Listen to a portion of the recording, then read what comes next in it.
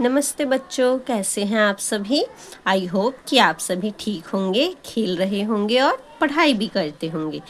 आज हम पढ़ेंगे पंचतंत्र की प्रसिद्ध कहानियों की दूसरी कहानी। इसके पहले हम एक और कहानी पढ़ चुके हैं, खटमल और मच्छर। अगर आपने वह कहानी नहीं सुनी तो आकर वह वीडियो जरूर देखिएगा और कैसी लगी बताइएगा। आज हम पढ़ेंगे कहानी जिसका नाम क्या है, नीला सियार। आप भी मेरे साथ पढ़िएगा इसे। बहुत समय पहले एक घने जंगल में एक सियार रहता था। एक दिन वह भोजन की तलाश में भटकता हुआ पास के एक गांव में जा पहुंचा।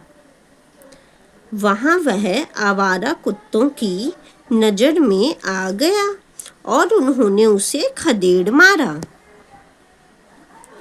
जान बचाने के लिए सियार एक घर में घुस गया। वह घर एक रंगरेज का था।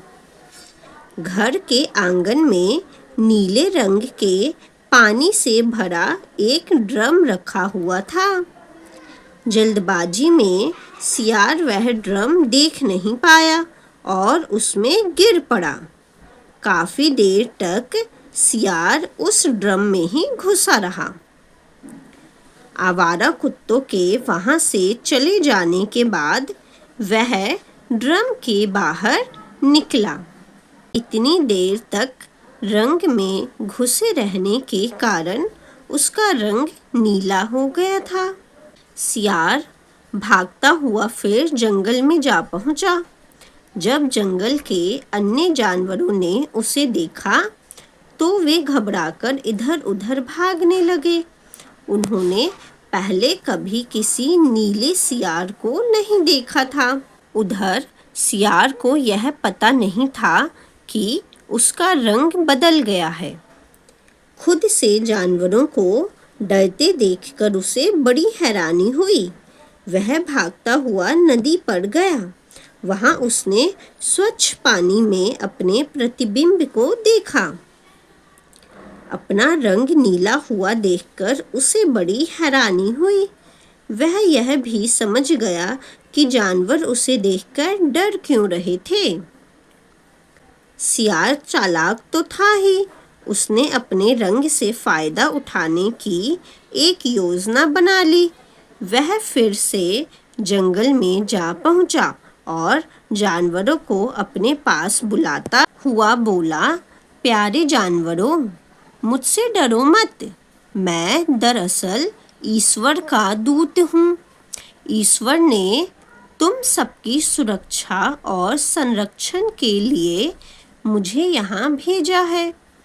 तुम लोग मुझे अपना राजा स्वीकार करो और मेरे भोजन का प्रबंध करो। मेरी सेवा करना तुम्हारा दायित्व है। इसके बदले मैं तुम्हारी देखभाल करूंगा। ईश्वर द्वारा भेजे गए राजा को पाकर जानवर बहुत खुश हुए। उन्होंने नीले सियार को तरह तरह के स्वादिष्ट भोजन कराए और उसे मूल्यवान तोहफे दिए। इसी तरह बहुत दिन गुजर गए।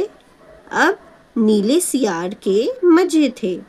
वह बेहद आरामदायक जीवन व्यतीत कर रहा था।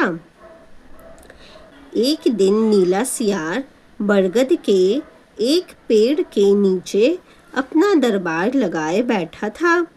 उसने दरबार में जंगल के सारे जानवर मौजूद थे। सभी जानवर सियार के सामने अपनी समस्याएं रख रहे थे और सियार उनकी समस्याओं का निपटारा कर रहा था। उस पेड़ से कुछ ही दूर सियारों का एक समूह दावत कर रहा था।